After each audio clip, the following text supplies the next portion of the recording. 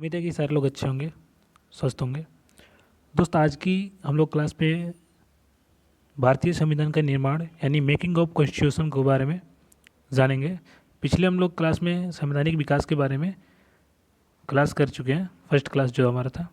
और आज का जो सेकेंड क्लास है उसमें हम मेकिंग ऑफ द कॉन्स्टिट्यूशन यानी कि संविधान, भारतीय संविधान सभा का निर्माण के बारे में आज जानेंगे। ठीक है, उस पर क्लास हमारी चलेगी। तो आप लोग रेडी हो जाइए इस क्लास को करने के लिए। और मैं जो पिछली अब जो भी मैं पढ़ा रहा हूँ क्लास, उसकी प्लेलिस्ट मैंने अपलोड कर दी है इसी चैनल पर। ठीक है, तो आप लोग प्लेलिस्ट जाकर देख चुके हैं और उसमें मैं जो भी पर डे के वीडियो डालूँगा वो सारे संपूर्ण आपके पॉलिटी को मैं ख़त्म करने वाला हूँ।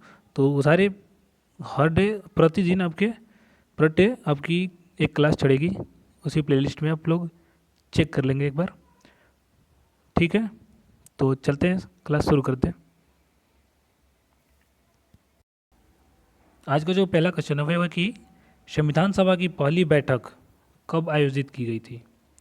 संविधान सभा की पहली बैठक कब आयोजित की गई थी? तो इसका जो करेक्ट आंसर हो जाएगा वो हो जाएगा 9 दिसंबर 1946 को।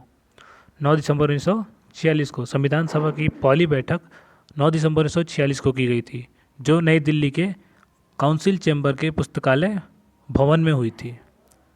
और मुस्लिम लीग ने इस बैठक का बहिष्कार किया था। ठीक है, तो ये 9 दिसंबर 1900 दिल्ली के काउंसिल चैम्बर के पुस्तकालय में पहली बैठक हुई थी संविधान सभा की। ठीक है, आगे क्वेश्चन।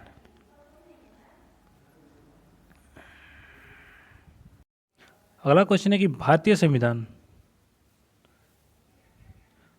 संविधान का कौन सा भाग मौलिक अधिकार से संबंधित है? सॉरी, ये क्वेश्चन गलती से ऐड हो गया इसमें। क्वेश्चन है, कोई नहीं आ गया तो इस कर लेते हैं। भारतीय संविधान का कौन सा भाग मौलिक अधिकार से संबंधित है?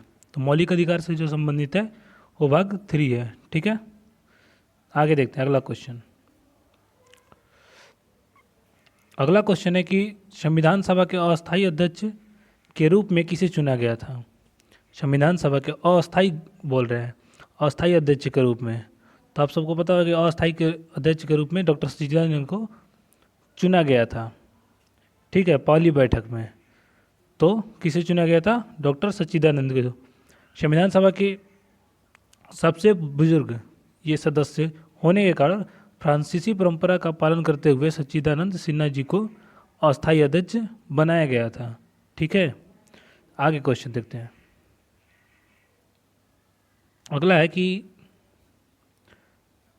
अगला क्वेश्चन है कि संविधान सभा में उद्देश्य प्रस्ताव किसके द्वारा पेश किया जाता है? संविधान सभा में उद्देश्य प्रस्ताव किसके द्वारा पेश किया जाता है? तो संविधान सभा में जो उद्देश्य प्रस्ताव पेश किया जाता है वो किया गया था जवाहरलाल नेहरू के द्वारा।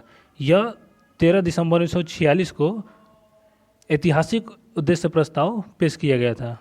ये जो ऐतिहासिक उद्देश्य प्रस्ताव 13 दिसंबर 1946 को जवाहरलाल नेहरू के द्वारा पेश किया गया था, जिसमें संविधान के ढांचे और दर्शन को निर्धारित किया गया था। ठीक है, तो ये कब किया गया था? 13 दिसंबर 1946 को। ठीक है, आगे देखते हैं। आगे क्वेश्चन है कि संविधान सभा के प्रारूप समिति के अध्यक्ष कौन थे? संविधान सभा की प्रारूप समिति के अध्यक्ष कौन थे? तो जो प्रारूप समिति के अध्यक्ष थे वो थे डॉक्टर बी आर अम्बेडकर। 29 अगस्त 1947 को प्रारूप समिति का गठन हुआ था, जिसमें कुल 7 सदस्य थे और बी आर अम्बेडकर एक अध्यक्ष थे जो सबसे वरिष्ठ थे और 6 बाकी के सदस्य थे उसमें।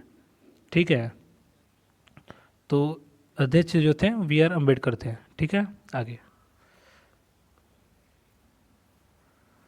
आगे कि भारत का संविधान किस तिथि को अंगीकृत किया गया था? यानी अडॉप्ट किया गया था। किस तिथि को अडॉप्ट किया गया था? तो इसका करेक्ट आंसर हो जाएगा, वो हो जाएगा 26 नवंबर 1949 को। 26 नवंबर 1949 को किया गया था अडॉप्ट। आंशिक रूप से 26 नवंबर 1949 को संविधान सभा द्वारा संविधान को पारित किया और अंगीकृत किया गया था, और इसी दिन नागरिक और चुनाव जैसे कुछ प्रावधान लागू हो गए थे, यानी कुछ आर्टिकल लागू हो गए थे। और बाकी के आर्टिकल जो पूर्ण रूप से लागू हुई थी वो 26 जनवरी 1950 को लागू हुई थी संविधान सभा। ठीक है, तो आगे क्वेश्चन देखते हैं। आगे क्वेश्चन है कि संविधान सभा के संवैधानिक सलाहकार कौन थे। जो संविधान सभा बना था उसके संवैधानिक सलाहकार कौन थे। तो संवैधानिक जो सलाहकार थे वो थे एम एन रॉय।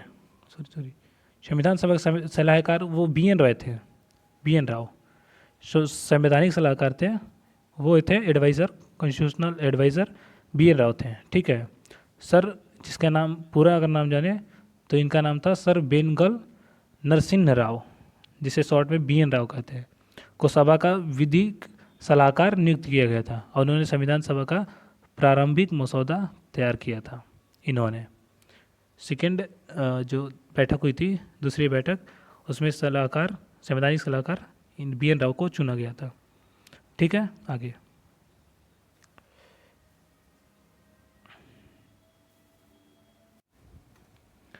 है कि संविधान सभा में महिला सदस्य की कुल कितनी संख्या थी। संविधान सभा में महिला में जो सदस्य थे उसकी कितनी संख्या थी। तो महिला सदस्य की संख्या थी 15। ठीक है, 15 थी। भारतीय संविधान सभा में कुल 15 महिला सदस्य शामिल थी, जिसमें सरोजनी नायडू, राजकुमारी अमृत कौर और आदि प्रमुख महिलाएं थीं। ठीक है, 15 महिलाएं कुल थी। अगला क्वेश्चन देखते हैं। अगला है कि संविधान सभा को पूर्ण रूप से तैयार करने में कुल कितने समय लगे थे। संविधान सभा को तैयार करने में कुल कितने समय लगे थे। तो संविधान सभा को कुल तैयार करने में टाइम जो लगा था वो लगा था 2 साल 11 महीने और 18 दिन। 2 साल 11 महीने और 18 दिन लगे थे। ठीक है, संविधान सभा को पूर्ण रूप से तैयार करने में 2 साल 11 माह 18 दिन समय लगा था। ठीक है, आगे देखते हैं। आगे है कि संविधान सभा के अस्थायी अध्यक्ष कौन थे। संविधान सभा के अस्थायी अध्यक्ष कौन थे। तो जो अस्थायी अध्यक्ष बने थे वो बने थे सेकंड जो बैठक हुई थी 11 दिसंबर को, उसमें चुना गया था इनको अस्थायी अध्यक्ष। किसको? डॉक्टर राजेंद्र प्रसाद को। डॉक्टर राजेंद्र प्रसाद को चुना गया था 11 दिसंबर 1946 को। डॉक्टर राजेंद्र प्रसाद को निर्विरोध रूप से संविधान सभा का अस्थायी अध्यक्ष चुना गया था। ठीक है, आगे क्वेश्चन। आगे है कि डॉक्टर अंबेडकर ने किस अनुच्छेद को संविधान की हृदय और आत्मा कहा है।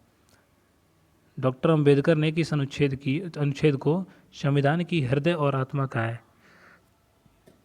तो इसका जो करेक्ट आंसर जो हो जाएगा,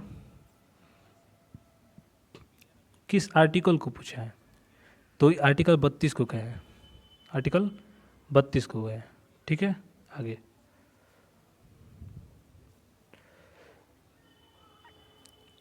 आगे कि संविधान सभा का विचार पहली बार 1934 में किसने प्रस्तुत किया था। संविधान सभा का पहली बार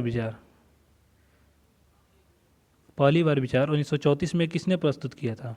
तो 1934 में जो किए थे एम एन रॉय द्वारा किया गया था। एम एन रॉय द्वारा किया गया था 1934 में, जो एक वामपंथी के नेता थे। एम एन रॉय ने औपचारिक रूप से एक स्वतंत्र संविधान सभा का विचार प्रस्तुत किया था। कब? 1934 में।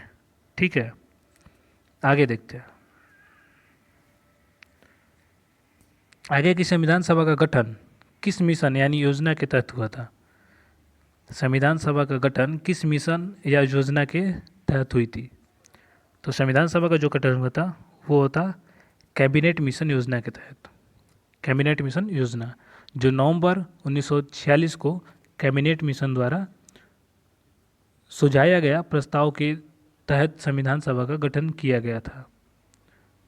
इस मिशन के सुझाव के द्वारा प्रस्ताव के जो आए थे उसके द्वारा संविधान सभा का गठन किया गया था, कैबिनेट मिशन के द्वारा ही, नवंबर 1946 में। ठीक है, आगे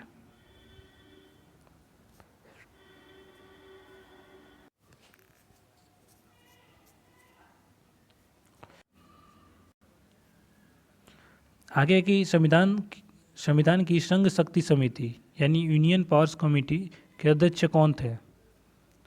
संविधान के संघ समिति के अध्यक्ष कौन थे? तो संघ समिति के जो अध्यक्ष थे वो थे जवाहरलाल नेहरू।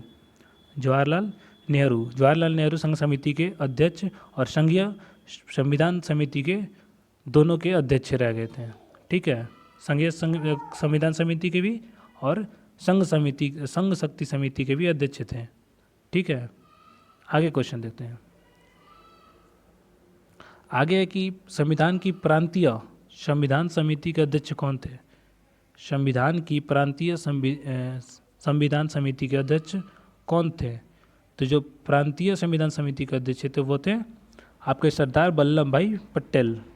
सरदार वल्लभ भाई पटेल संविधान समिति और मौलिक अधिकार एवं अल्पसंख्यकों से संबंधित समिति के भी अध्यक्ष थे। ठीक है, आगे देखते हैं। झंडा समिति के अध्यक्ष कौन थे? झंडा समिति के अध्यक्ष कौन थे? झंडा समिति के जो अध्यक्ष थे वो थे डॉक्टर राजेंद्र प्रसाद झंडा समिति के अध्यक्ष थे। यह भ्रम रहता है कि कृपलानी थे। कितना लोग कहते हैं कि झंडा के जो अध्यक्ष थे वो कृपलानी थे, लेकिन ये सही नहीं है।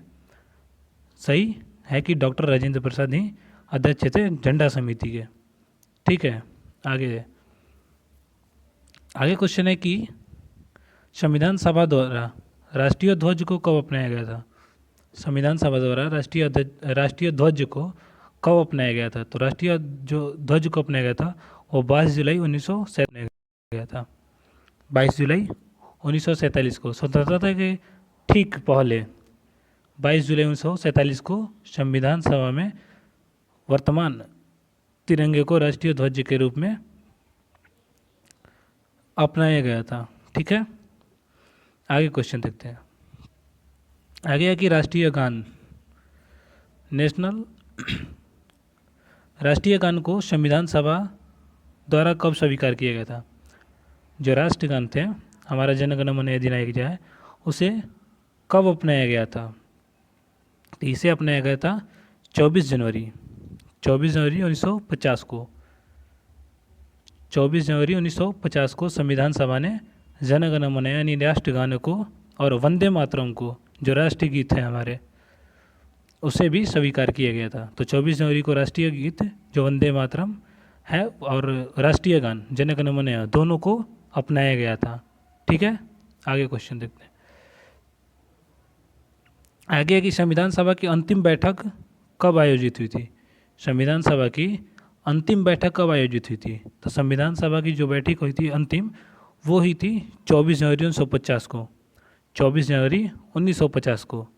और संविधान सभा की अंतिम जो बैठक हुई थी 24 जनवरी 1950 को, और जिसमें डॉक्टर राजेंद्र प्रसाद को भारत का प्रथम राष्ट्रपति चुना गया था। 24 जनवरी 1950 को ही भारत का राष्ट्रपति जो प्रथम थे, राष्ट्रपति जो थे डॉक्टर राजेंद्र प्रसाद, उन्हें चुना गया था इसी 24 जनवरी को। तो पहले राष्ट्रपति कौन थे हमारे भारत के? डॉक्टर राजेंद्र प्रसाद। ठीक है, जिसे अंतिम बैठक में चुना गया था। अगला क्वेश्चन देखते हैं। अगला क्वेश्चन है कि मूल संविधान में कुल कितने अनुच्छेद और अनुसूचियाँ थी? जो मूल संविधान थे उसमें कितने अनुच्छेद और अनुसूचियाँ थी? तो वो थी 395 अनुच्छेद और 8 अनुसूचियाँ। मूल रूप से 26 नवंबर 1949 को पारित की गए थे 394 अनुच्छेद और 8 अनुसूचियाँ, और भाग जो थे वो 22 थे। ठीक है, 22 भाग मूल रूप से पारित कर दिए गए थे। ठीक है, आगे देखते हैं। अगला क्वेश्चन है कि संविधान के सदस्य का चुनाव किस पद्धति द्वारा किया गया था? जो संविधान के सदस्य के चुने गए थे वो किस पद्धति द्वारा चुने गए थे? तो वो चुने गए थे, आपके हो जाएंगे प्रांतीय विधानसभाओं द्वारा अप्रत्यक्ष रूप से चुने गए थे। बी, प्रांतीय विधानसभाओं द्वारा अप्रत्यक्ष रूप से चुने गए थे। ठीक है। संविधान सभा की आंशिक रूप से चुनी गई और आंशिक रूप से नामांकित निकाय थी। चुनाव प्रांतीय जो विधानसभा के सदस्य द्वारा चुना गया था, विधानसभा के सदस्यों द्वारा सदस्यों को चुना गया था। ठीक है। आगे क्वेश्चन है कि कैबिनेट मिशन योजना के तहत ब्रिटिश प्रांत से कितने सदस्य चुने गए थे।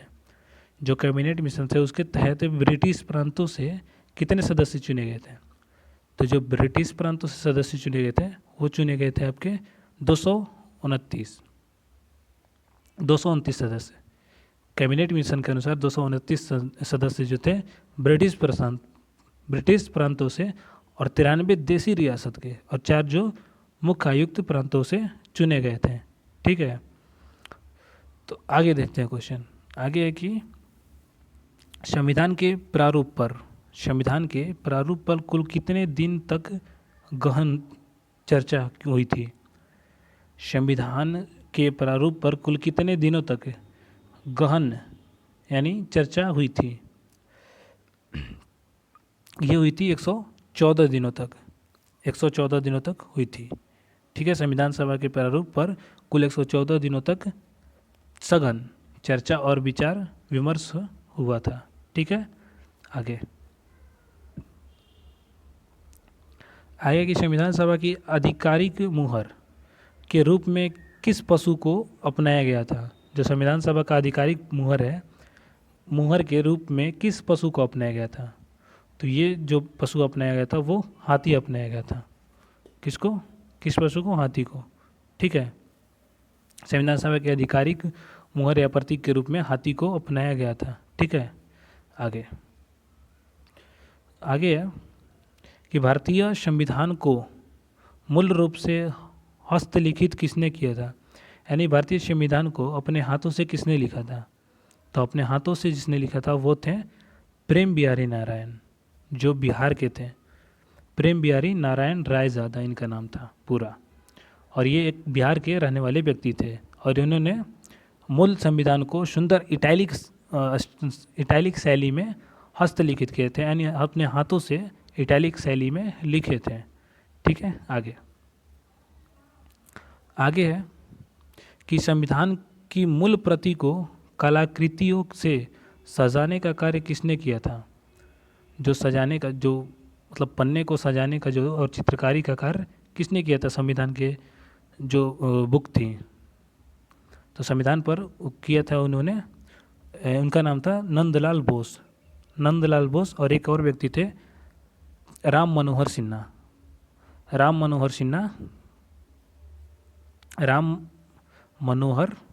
सिन्हा जो थे, राम मनोहर सिन्हा और नंदलाल बोस दोनों ने चित्रकारी की थी हर एक पन्ने पर संविधान के। ठीक है। शांति निकेतन के कलाकार थे, जिसमें नंदलाल बोस और BOR सिन्हा शामिल थे।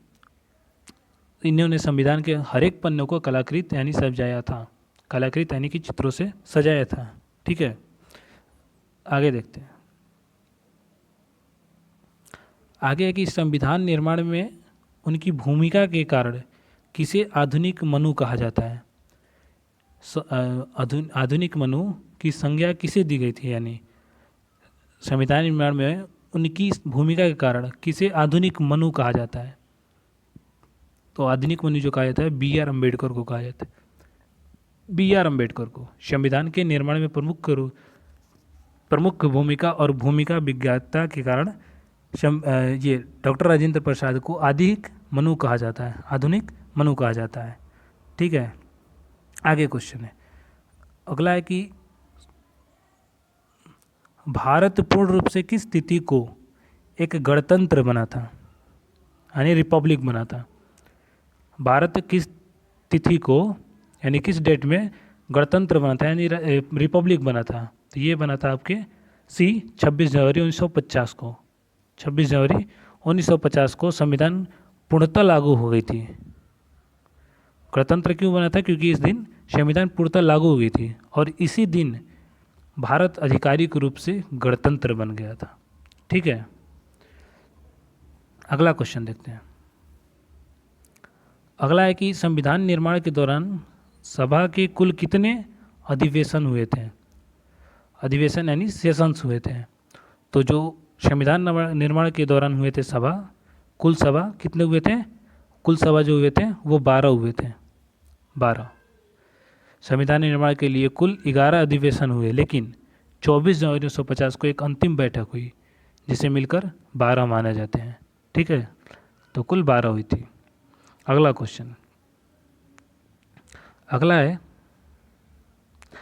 है कि संविधान सभा की संचालन समिति के अध्यक्ष कौन थे। संचालन समिति के अध्यक्ष कौन थे। संचालन समिति के अध्यक्ष जो थे राजेंद्र प्रसाद थे, डॉक्टर राजेंद्र प्रसाद। संविधान सभा की प्रकृतियों को संचालित करने के लिए एक संचालन समिति बनाई गई थी और उसके जो अध्यक्ष थे वो थे डॉक्टर राजेंद्र प्रसाद। ठीक है, अगला क्वेश्चन देखते हैं। अगला है कि संविधान में देशी रियासत के कुल कितनी सीटें थीं। यानी संविधान सभा में देशी रियासत के लिए कितनी सीटें थीं। देशी रियासत के लिए मैंने बताया है कि उसमें 93 सीटें थीं। देशी रियासत के लिए 93 सीटें थी। ठीक, 93 आरंभिक योजना के तहत 93 सीटें थी। 93 सीटें रियासतों के लिए प्रतिनिधियों के लिए आवंटित दी गई थी, आवंटित किए गए थे। यानी देशी रियासतों जो थी वो थी 93 सीटें। ठीक है, आगे क्वेश्चन है कि विभाजन के पश्चात डॉक्टर भीमराव अंबेडकर का निर्वाचन किस प्रेसिडेंसी से हुई थी। डॉक्टर भीमराव अंबेडकर का संविधान सभा में निर्वाचन कहाँ से हुआ था। यानी तो इनका जो निर्वाचन हुआ था वो बॉम्बे प्रेसिडेंसी से हुई थी, बॉम्बे प्रेसिडेंसी। विभाजन के बाद वे बॉम्बे प्रेसिडेंसी से MR जयकर के इस्तीफा देने के बाद ये चुने गए थे। ठीक है, आगे देखते हैं।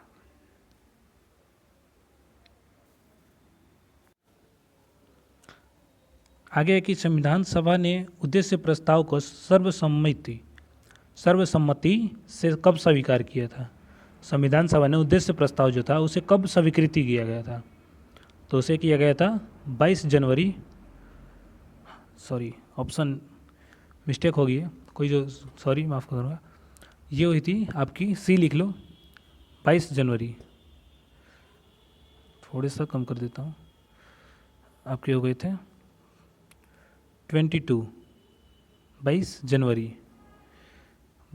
हो गई थी आपकी, होगी 22 जनवरी 1947 को, 22 जनवरी 1947। ठीक है, 1947। तो संविधान सभा का जो उद्देश्य प्रस्ताव था उसे 22 जनवरी 1947 को स्वीकृति की गई थी। ठीक है, और संविधान सभा द्वारा नेहरू जी ने इस उद्देश्य प्रस्ताव को सर्वसम्मति से स्वीकार किए थे। ठीक है, आगे क्वेश्चन देखते हैं। आगे है कि जब सभा विधायी निकाय के रूप में कार्य करती थी तो अध्यक्षता कौन करता था। यानी संविधान सभा के कार्य से संबंधित समिति के अध्यक्ष कौन थे। जीवी मावलंकर। ठीक है, जीवी मावलंकर थे। ठीक है, जीवी मावलंकर। जब सभा विधायिका के रूप में कार्य करती थी तो उसी की अध्यक्षता के लिए जीवी मावलंकर इसकी अध्यक्षता करते थे। ठीक है ना, इसकी अध्यक्षता जीवी मावलंकर करते थे। आगे देखते हैं। आगे कि संविधान लागू करने हेतु 26 जनवरी को क्यों चुना गया था। यानी संविधान लागू 26 जनवरी को क्यों हुआ। 26 जनवरी को संविधान क्यों लागू हुआ। तो संविधान जो लागू हुआ उसके कारण थे 1930 ईस्वी में इसी दिन पूर्ण स्वराज्य दिवस मनाया गया था। 1930 में इसी दिन पूर्ण स्वराज्य दिवस मनाया गया था, जिस कारण इसी दिन आपके संविधान सभा लागू हुए थे 26 जनवरी को। एक ऐतिहासिक महत्व को देखते हुए 26 जनवरी चुना गया था, क्योंकि इसी दिन यानी कि 1930 में इसी दिन कांग्रेस ने पूर्ण स्वाधीनता दिवस मनाया गया था। ठीक है, पूर्ण स्वराज दिवस मनाया गया था इस वजह से। आगे देखते हैं। आगे है कि संविधान सभा में अनुसूचित जाति यानी एसटी के कितने सदस्य की संख्या थी। एसटी के सदस्य की संख्या कितनी थी संविधान सभा में? जो संविधान सभा में एसटी की जी यानी अनुसूचित जनजाति के लोग को, वो थी 33 थी। संविधान सभा में कुल 389 सदस्य थे विभाजन से पहले, और अब विभाजन से पहले, और जिसमें से 33 सदस्य अनुसूचित जनजाति वर्ग के थे यानी एसटी के थे। ठीक है, आगे देखते हैं। आगे कि संविधान के मूल हिंदी संस्करण का सुल्लेखन किसने किया है, यानी संविधान को हिंदी में किसने लिखा है? हिंदी में किसने लिखा है? वसंत कृष्ण वैद्य ने संविधान को हिंदी संस्करण को वसंत कृष्ण वैद्य द्वारा हस्तलिखित किया गया है। ठीक है, आगे कि प्रतिवर्ष संविधान दिवस किस तिथि को मनाया जाता है? प्रतिवर्ष संविधान दिवस किस तिथि को मनाया जाता है? तो प्रतिवर्ष जो मनाया जाता है वो मनाया जाता है 26 नवंबर को। 26 नवंबर को संविधान दिवस के रूप में मनाया जाता है, क्योंकि संविधान अपनाने की जो वर्षगांठ की वो चिन्हित करने के लिए 26 जनवरी को संविधान दिवस के रूप में मनाया जाता है। ठीक है, क्योंकि इसी दिन आपकी संविधान दिवस को आंशिक रूप से लागू कर दिया गया था। ठीक है, आगे कि प्रारूप समिति में डॉक्टर अंबेडकर के अतिरिक्त कितने सदस्य थे? डॉक्टर अंबेडकर मैंने बताया कि एक अध्यक्ष के रूप में थे, ये अध्यक्ष थे। बाकी जो प्रारूप समिति में सदस्य थे वो 7 थे, लेकिन इनके छोड़ाकर 6 सदस्य हो गए। ये तो अध्यक्ष के रूप में थे। पूरे सदस्य की अगर बात करें तो 7 थे, जिनमें अध्यक्ष डॉक्टर भीमराव अम्बेडकर थे और बाकी के 6 सदस्य थे। ठीक है, आगे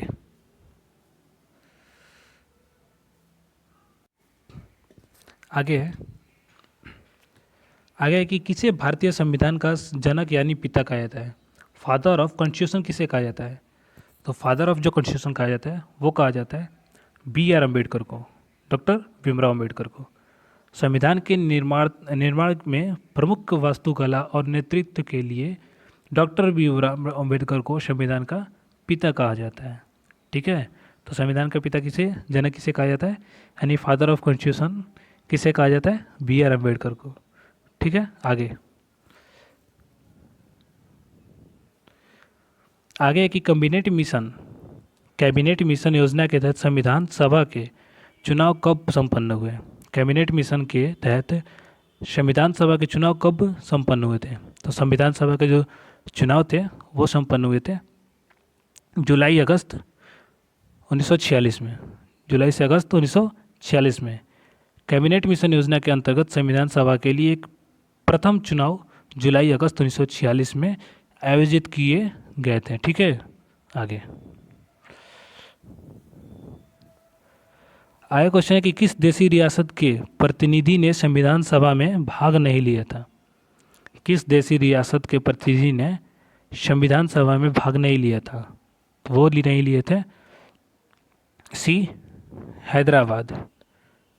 हैदराबाद ने नहीं लिया था। हैदराबाद रियासत के प्रतिनिधि अंत तक संविधान सभा में शामिल नहीं हुए थे। आगे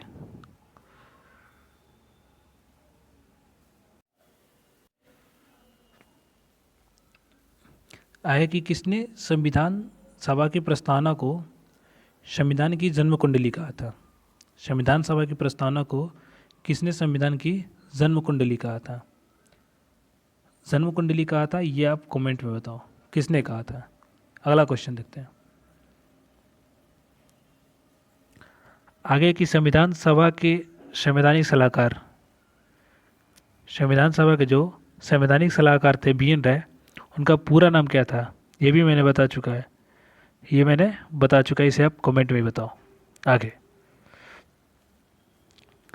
आया क्वेश्चन, संविधान सभा में अल्पसंख्यक संविधान सभा में अल्पसंख्यक उपसमिति के अध्यक्ष कौन थे?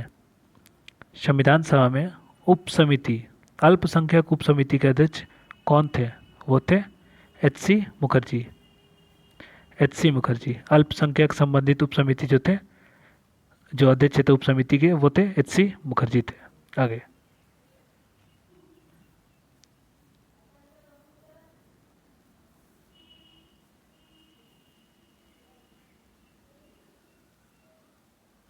आगे 49 नंबर।